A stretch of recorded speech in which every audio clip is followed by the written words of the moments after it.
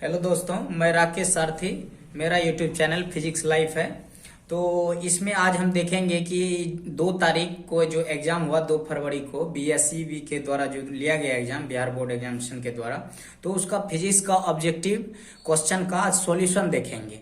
ठीक है, तो एक एक करके सॉल्यूशन को देखते हैं। सर्वप्रथम देखिए कि ये एस सेट है, तो इस प्रकार आपका कोई भी सेट हो सकता है ABCD करके, लेकिन क्वेश्चन अंदर में जो रहेगा तो इधर उधर हो सकता है, लेकिन क्वेश्चन यही रहेगा। तो आइए 1 नंबर से देखते हैं क्या है।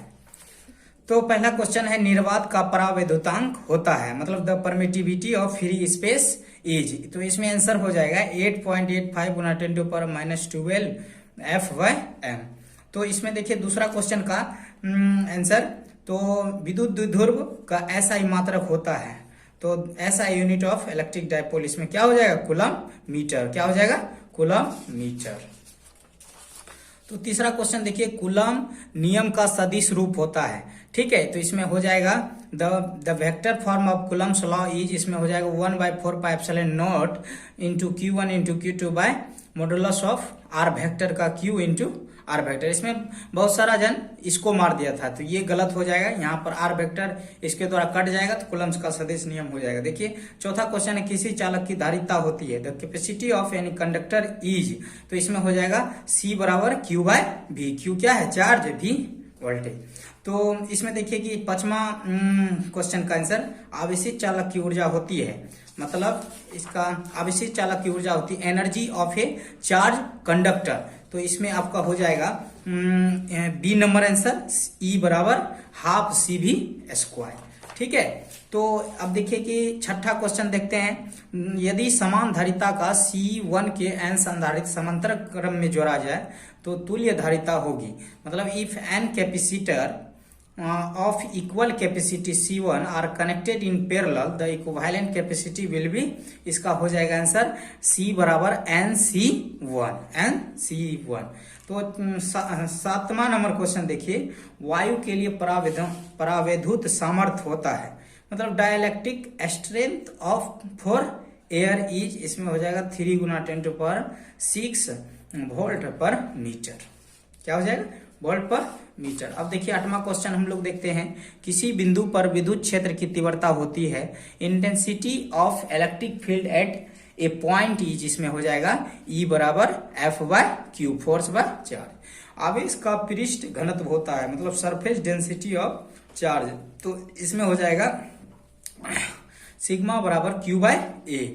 तो 10वां नंबर क्वेश्चन देखिए, गोलीय संधारित्र की धारिता होती है, तो स्फेरिकल कंडेंसर की कैपेसिटी पूछ रहा है, C बराबर हो जाएगा 4πε0 इंटू छोटी r इंटू बड़ी r बटा r माइनस छोटी r माइनस बड़ी r। ठीक है, तो 10 नंबर का आंसर हो जाएगा।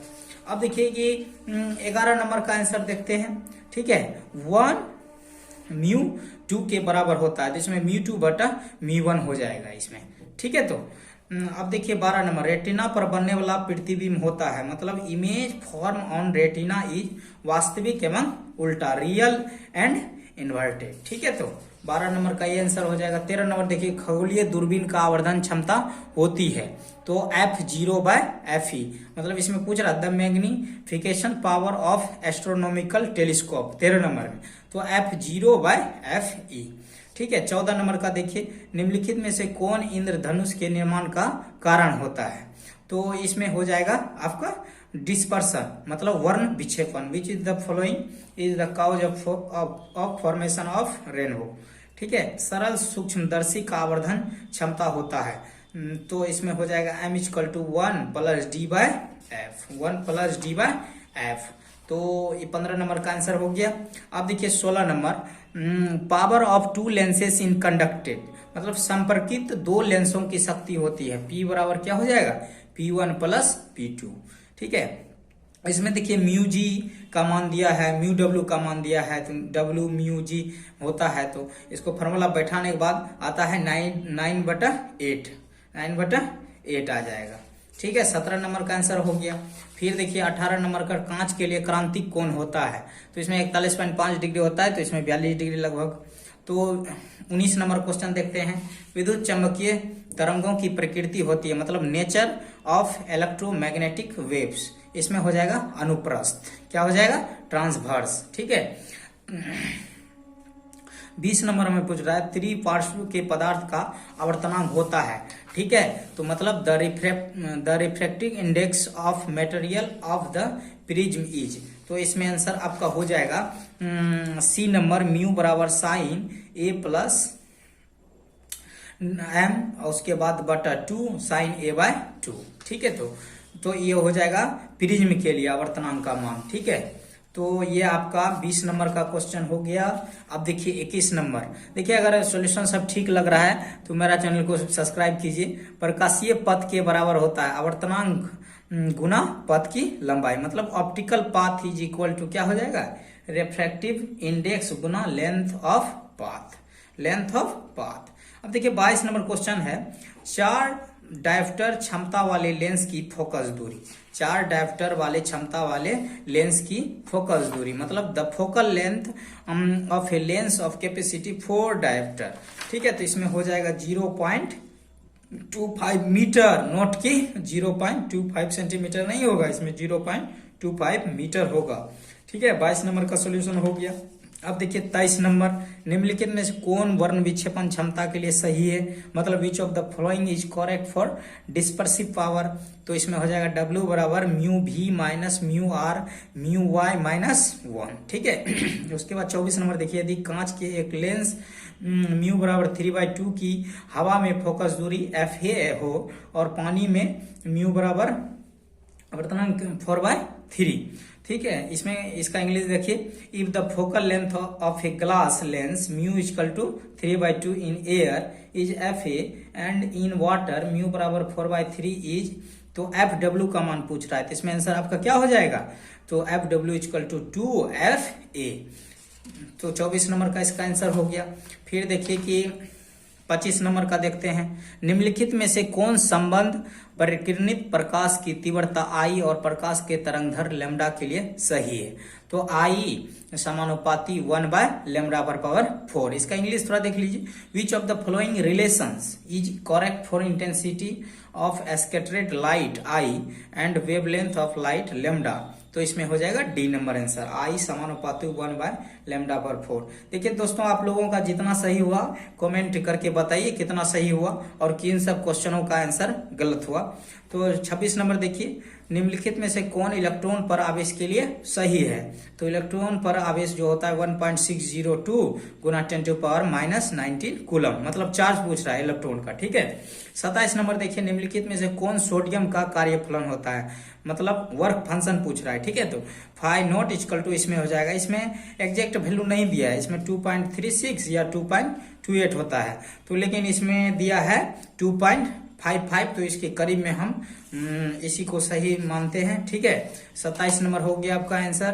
तो 28 नंबर देखिए, नाभिक में न्यूट्रॉनों की संख्या, number of neutrons in nucleus is, तो इसमें हो जाएगा A-Z।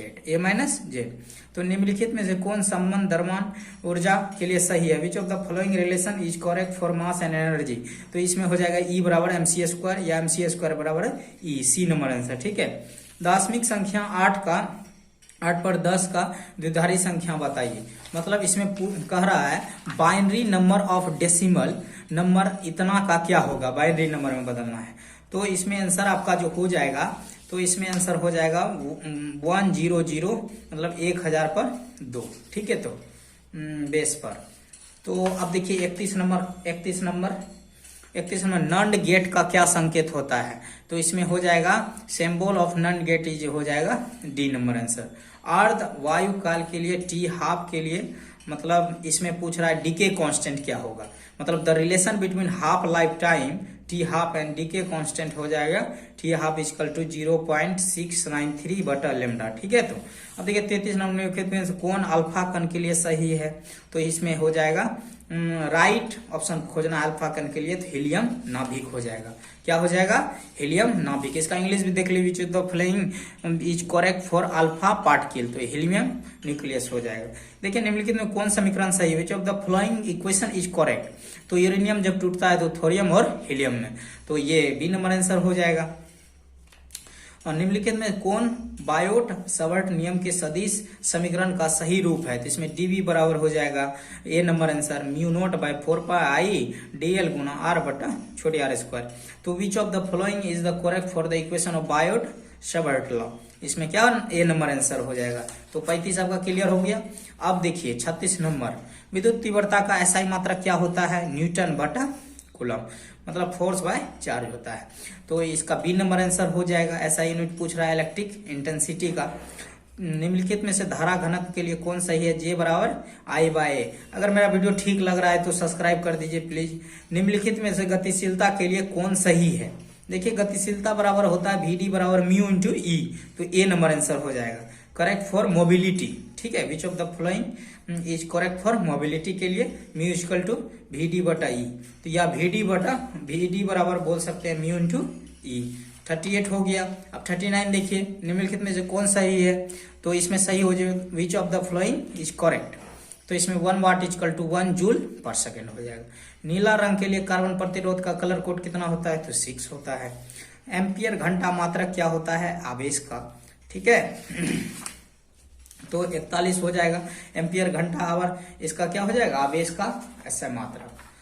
तो ये हो गया 41। अब देखिए 42 नंबर, निम्नलिखित में से लॉरेंज बल के लिए कौन सा सही है? F बराबर Q कॉस्ट, उसके बाद इलेक्ट्रिक फील्ड प्लस V गुना B, ठीक है। तो ये नंबर आंसर हो जाएगा। Which of the following is correct for Lorentz force, ठीक है।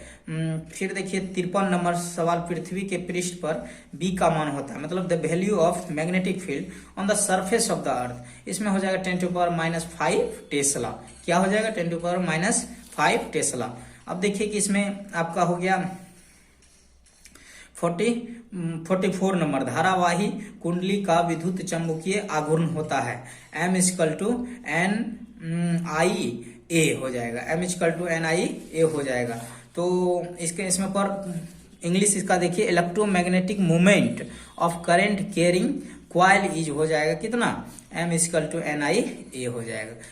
निम्नलिखित में कौन गैल्वेनोमीटर नियतांक के लिए सही है? Which of the following is correct for galvanometer constant? तो इसमें हो जाएगा ए नंबर आंसर C/NAB।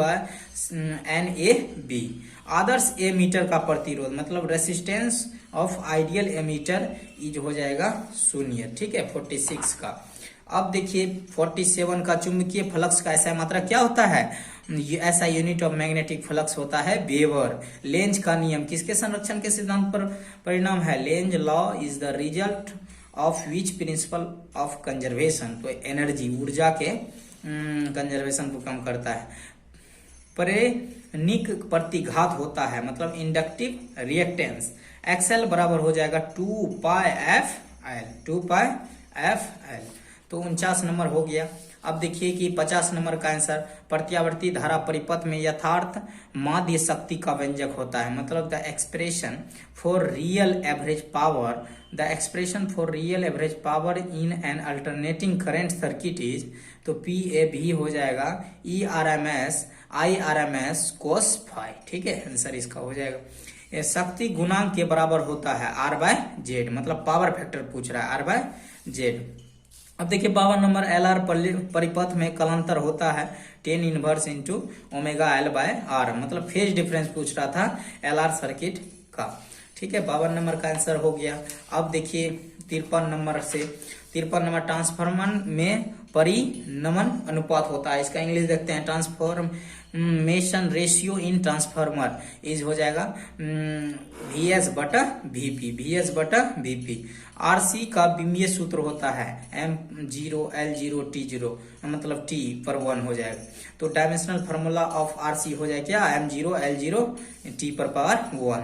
ध्रुव परवलय का SI मात्रा, मतलब SI unit of pole strength पूछ रहा है, तो इसमें हो जाएगा एम्पियर मीटर, A मीटर, ठीक है, A मीटर पोल स्ट्रेंथ का।